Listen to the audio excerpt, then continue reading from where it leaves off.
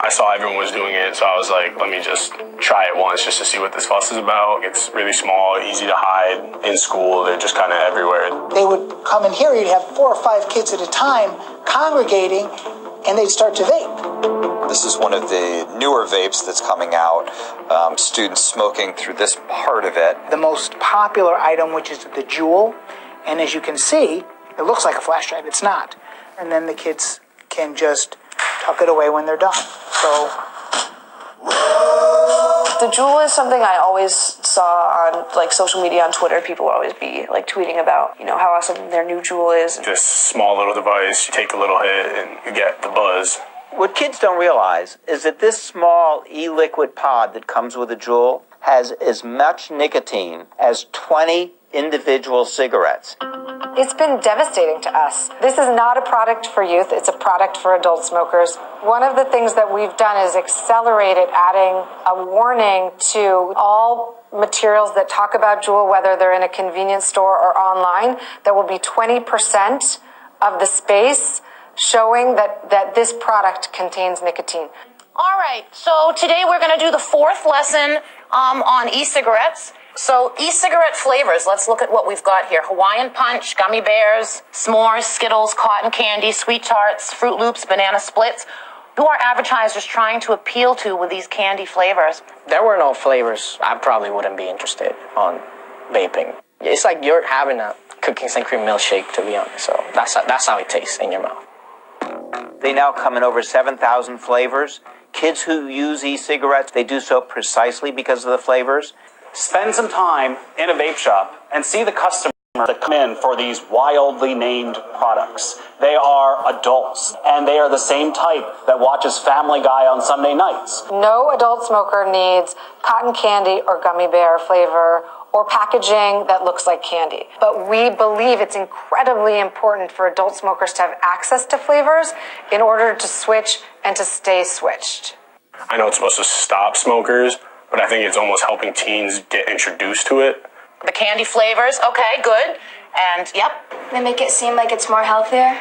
All of these flavors mask the harshness and make this feel like it is a totally benign product. Most of my friends that use it, to them, they just think, oh, it's water vapor. There's nothing of it. This product contains chemicals known to the state of California to cause cancer and birth defects or other reproductive harm. Okay, I never read that before. It doesn't make me feel great.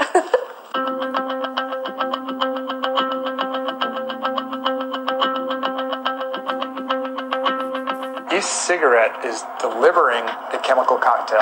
The story of flavorings goes back almost 20 years now when we first started looking or seeing disease develop in workers at a microwave popcorn packaging plant. Workers back then were mixing kernels with fake butter flavor.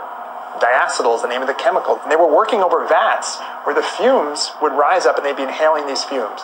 Well, many of these workers developed a severe and irreversible lung disease called bronchiolitis obliterans. We now call that disease popcorn lung. Well, that's very similar to what's happening in an e-cigarette. You have a heating element, you have the flavoring chemicals, you're heating them and constantly inhaling them. Some users might see warnings or labels that say our product is diacetyl free.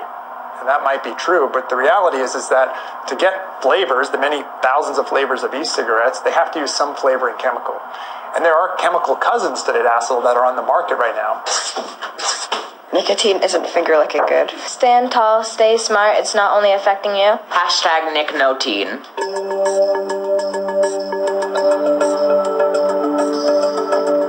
We are starting the e-cigarette.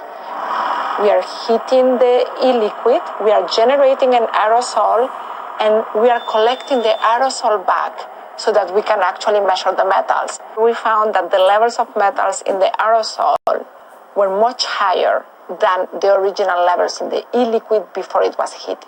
Our strongest suspicion is that the coil is the place in the device from where the metals are leaching out. Lead levels were 25.4 times higher in the aerosol as compared to the original e-liquid.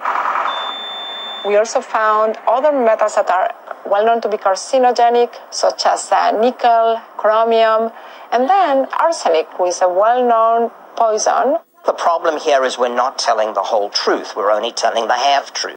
We're talking about the harms of e-cigarettes, and we never mention that they're much less harmful than cigarettes. When we talk about switching to e-cigarettes, we talk about the relative risks. We say e-cigarettes are safer than cigarettes.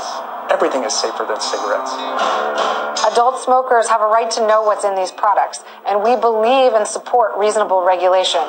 Reasonable product standards. But what the FDA has proposed is not regulation, it is prohibition for over 99% of products on the market today.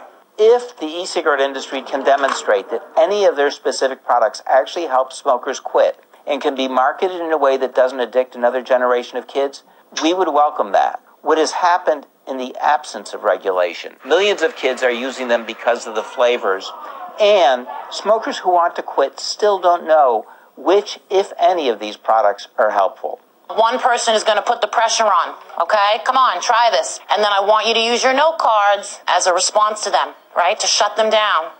Do you want to come smoke some cigarettes with us, some e-cigarettes? I'm good. Why not? Everyone's doing it.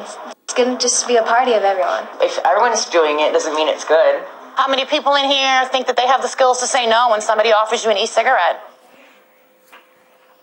Nice job.